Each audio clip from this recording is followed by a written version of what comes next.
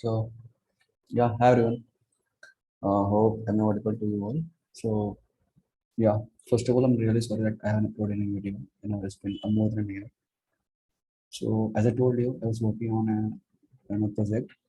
It took 8 months, and now it is live. So now I'm free. I can give at least 1 hour a day, to create videos and all. So yeah, so let's start. Let me share my screen. Hmm. Hmm. Okay, so today what we'll do, we will share my screen. Hmm. So what we'll do, we'll try to make the server up with required credentials like the env files, like the database details, cloud details, and all the stuff we'll see. So I'll tell you how to clone the project from the GitHub and what are the required things that you have to do in this project, and then you can uh, make this project running in your local server. Okay, so let me go to the Chrome. And coming to the first of all, let's create some basics thing.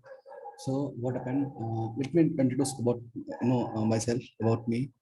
So my name is Deepak Singh, and I'm full stack engineer, and I'm working at a Moglix.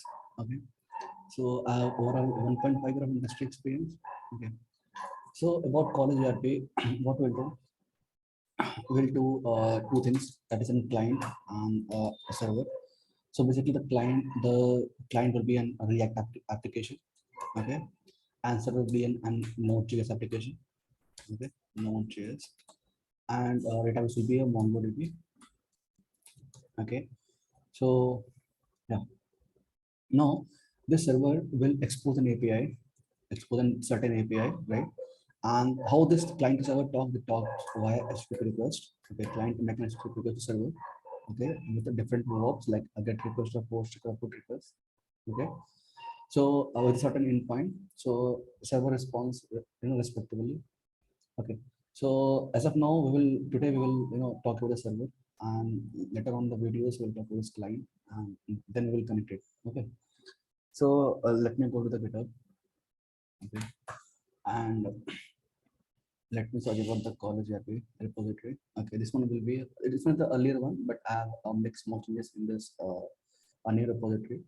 So now we will be having two different repository for the server. This will be for the server repository, and this will be the client repository. Okay, come just click this link.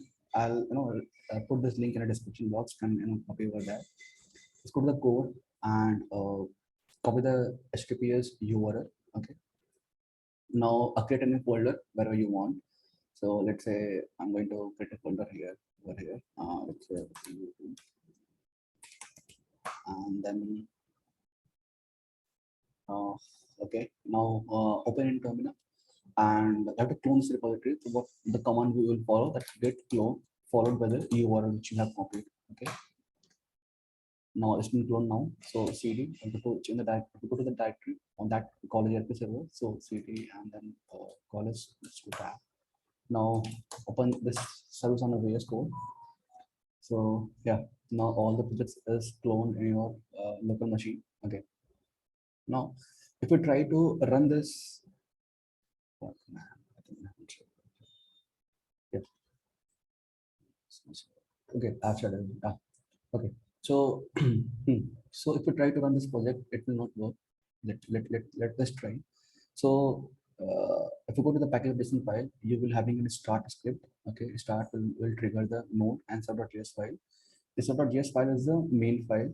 Okay, so if you try to run npm and then start, so it might not work. Okay, why it will not work? Because you have cloned this repository from the GitHub. Okay, so there's certain dependency, third-party dependency, which we manage, which npm manage. So that will be that we have to install, because we cannot. That will be of more than 20-25 MB or more than 80 MB. Okay, so we should not push that node modules package, node modules files to the server, to the GitHub. Okay, so that's why if we go in a .git ignore file, you will see that node modules and .env. Okay, talking about the node modules, let's talk about node modules first. Okay, so node modules. So what happened? Basically, for the JavaScript or a node, you will say. Basically, what is node? Node.js is nothing but a JavaScript runtime. Okay. So there is something called npm node package manager. So if there is something is not present in Node.js code library, then what you will do, you will install it from npm. Okay, like followed by, let's say, npm install express or anything, anything. For in the same way, for Python, you have something called as a pip package manager, where you install something same like pip install followed by anything. Okay. So what we'll do, so that all the files which you will install, that will, you can track it in a package of JSON file. Like this is the dependency which I have installed: Bigrid Cheers, Cloud Inherit, COS, data URI, .env, all this, all the dependency which, this project contains, and it's a third party library. This package is not present in Node.js core library. Okay. That's why we have installed it in the somewhere else. Okay. So yeah, about the node models. Okay, and it is little heavy. Okay, so we do not push it on GitHub. That's why we put this file in a git.ignore. Okay, if we talk about .env file, so in .env, as its name suggests, it's like environmental variables. Okay, so when we go with, when we work within company, then what happens? There is certain staging, right? Certain level, they call it dev stage, dev, then stage, and then a main, and then master. Okay, so basically all the developers work on dev branch, then the code will go to the stage, and then main, then master. Okay, this is called pipeline. So in dev branch, you might have the dev database. In state branch, you might have state database.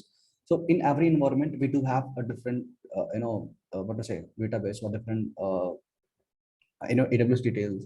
So it's up to you. Like, so that's why what we do, we do not, hard code these variables. We always put it in a kind of dynamic things. And second thing is, we do not want to expose our, what to say, secret keys and all to everyone, right? Because whenever I push this code on GitHub, okay, and other person will clone it, and they might misuse your secret key and credentials. So we always keep this file in a .env file, keep this data in a .env file, and we always put this all this file in a .getting node, so that we avoid pushing this file to GitHub. Okay. So as I mentioned, this we first of all we need node modules. What we'll do, we'll just do npm and then install. And what this command will do, it will install all the third-party libraries, dependencies which our project need. Just hit enter. Now what to do, it will fetch from the npm library and keep download all this to our local machine. Okay. So by the time we'll see, there will be a new folder named as node modules. So what is the folder? Okay, cool.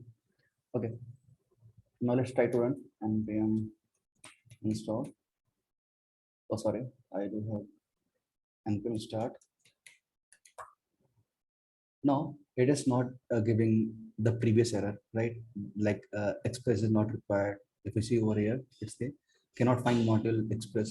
Now, now it's giving something else error, right? Some is not up, something like this.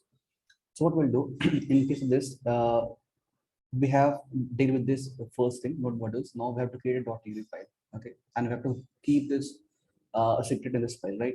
So what we can do, make sure you always create .env file in a root directory, right? So create a new file .env over here. Now, how you will get to know that what are the variables we need? Okay, just do Control Shift F, okay? And what does Control Shift F help you to do to search something in a whole project, right? So just do process.env. Now,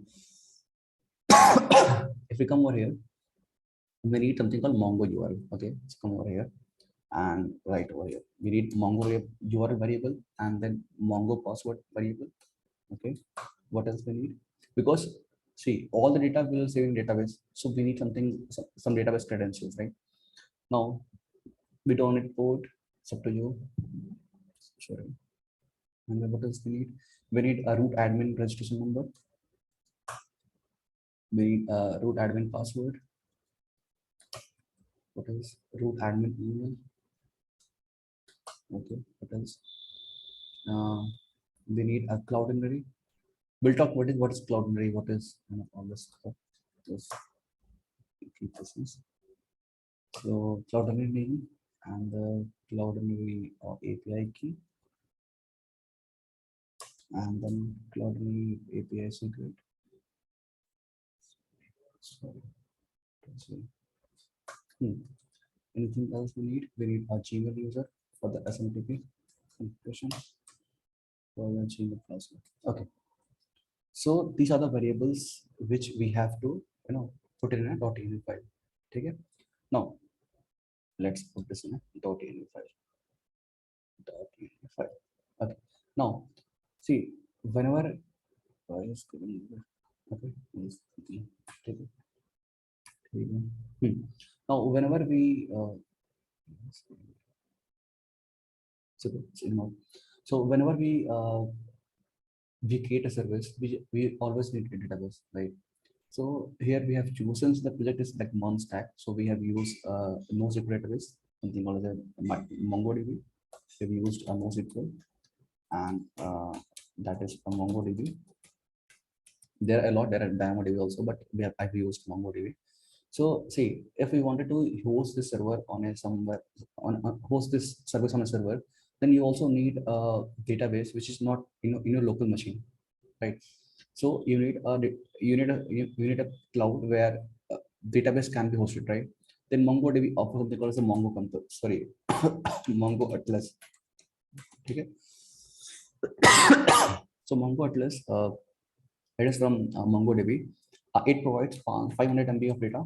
You can host. Okay. So to create that, to create an account in Mongo Atlas, what you have to do? Just go on here and just type Mongo Atlas login. Login. I do have account on Mongo Atlas.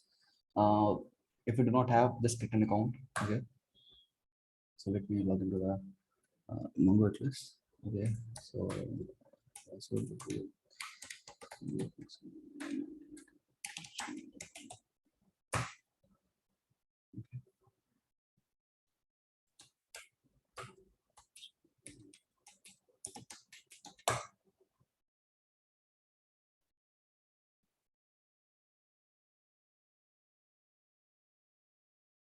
hmm, hmm, just give me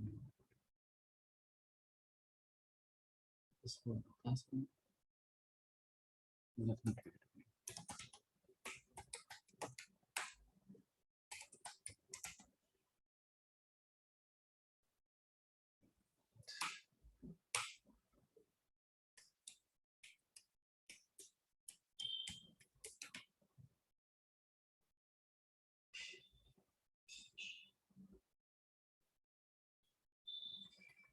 Yeah.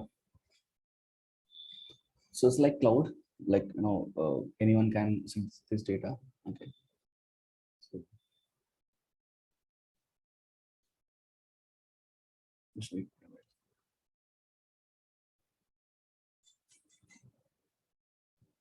Hmm. So yeah, we have mhm. So what I'll do, we have to create a user uh, to to access this cloud. Have to create a user.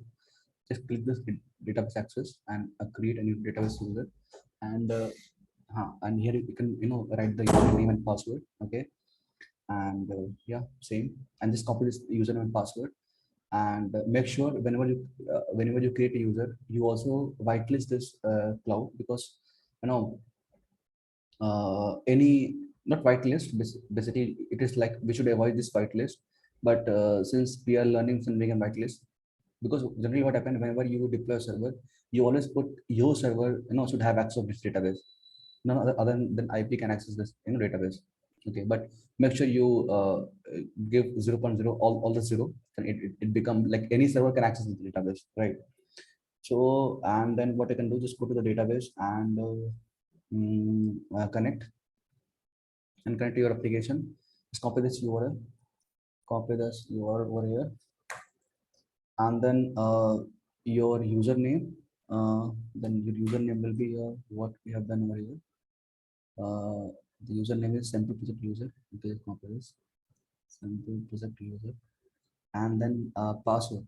So that will be nothing but your Mongo URL, right? And password which we have done. Let me edit this. Edit password, auto generate checker password. So and just copy it.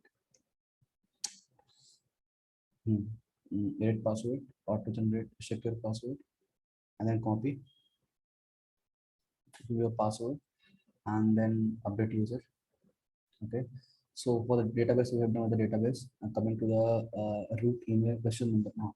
So for the portal, it requires a root user.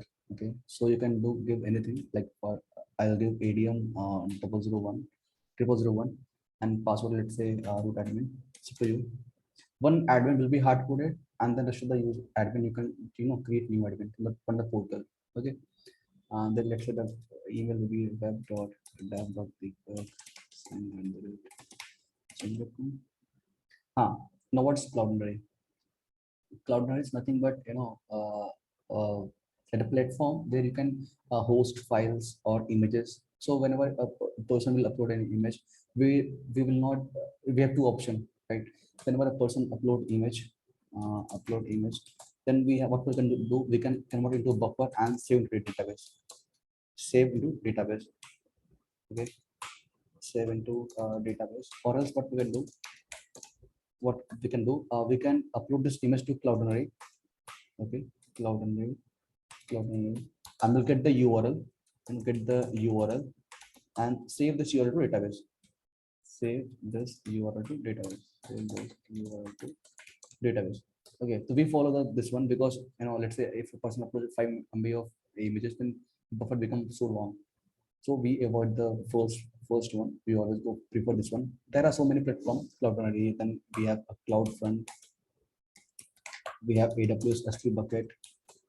There are several platforms where you can do same, but for the AWS you need credit card. For CloudFront also you need credit card.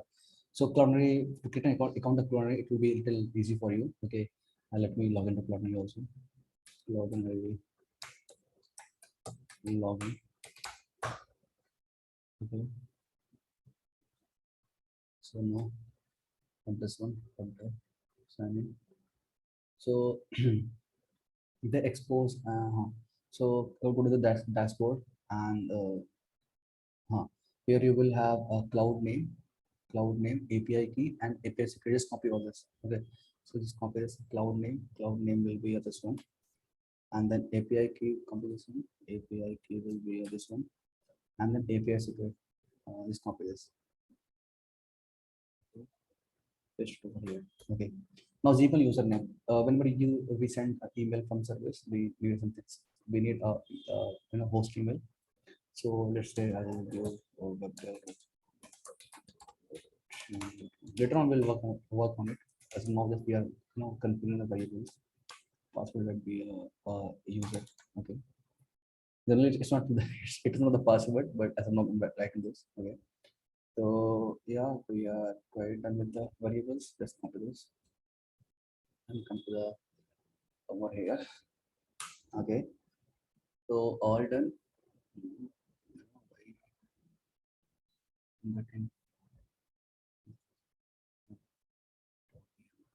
But leave it. We'll see what happens. Now let's start again. And then start. So duplicate key collection number. Okay. So I have already a data present in the database. So let me delete that one. Database, and then pause collections. Okay, yeah. So we do have something called as a so in over here there is a MongoDB. Sorry, here your username, then password, then the collection name. So the collection name will be a let's say college. Let write out over here. So the collection name will be, sorry, the database name will be a college. Yeah,